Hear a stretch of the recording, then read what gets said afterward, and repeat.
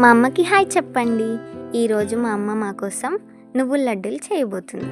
ముందుగా ఒక బెల్లం హాఫ్ కేజీ అలా తీసుకొని చాక్తో దాన్ని మంచిగా చిన్నగా తరుక్కుంటుంది. అలా తరుక్కోవడం వల్ల ఈజీగా బెల్లం అనేది పాకం పట్టేటప్పుడు కరుగుతుందంట.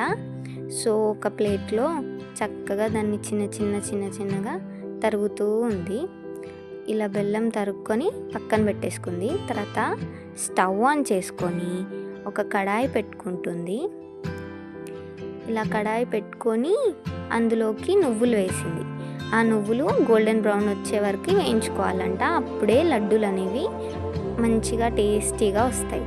తర్వాత మళ్ళీ అదే కడాయి తీసుకొని అందులోకి ముందుగా తరుక్కున్న బెల్లం అంతా వేసేసుకుంది. ఇలా బెల్లం అంతా వేసేసుకొని మనం మంచిగా ఈజీగా పాకం అనేది చేసుకోవచ్చంట. అందులోకి ఒక చిన్న గ్లాస్లో వాటర్ కూడా తీసుకుంటుంది. అండ్ కొంచెం కరిగిన తర్వాత దాన్ని ఒక స్టెయినర్ హెల్ప్తో ఇంకో బౌల్లోకి ట్రాన్స్ఫర్ చేసుకుంది. సో దాంట్లో ఏదైనా డర్ట్ ఉంటే అదంతా స్టెయినర్లో ఆగిపోతుంది. మళ్ళీ దాన్ని అదే కడాయిలో వేసుకొని పాకం వచ్చే వరకు కలుపుతూ ఉంది. ఇలా కలుపుతూ ఉంటే మధ్యలో మనం పాకం వచ్చిందో లేదో చెక్ చేసుకోవాలంట. సో దానికోసం ఒక చిన్న గిన్నెలో కొన్ని వాటర్ తీసుకుంది. అందులోకి ఈ బెల్లం వేసి ఆ వేసిన బెల్లం ఒక బాల్ లాగా చేసి దాన్ని మనం ఈ గిన్నెకి ట్యాప్ చేసినప్పుడు ఒకవేళ మనకి సౌండ్ వచ్చి గట్టిగా అయింది అనిపిస్తే మనకి పాకం రెడీ అయిపోయినట్టే. సో అలా చెక్ చేసుకొని పెట్టుకోవాలి. అండ్ దాంట్లోకి యాలకుల పొడి కూడా వేసుకుంది మంచి టేస్ట్ కోసం.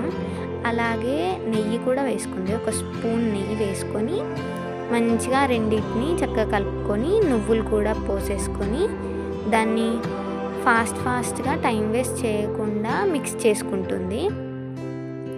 అలా మిక్స్ చేస్తూ ఉండాలి స్టవ్ ఆఫ్ చేసి.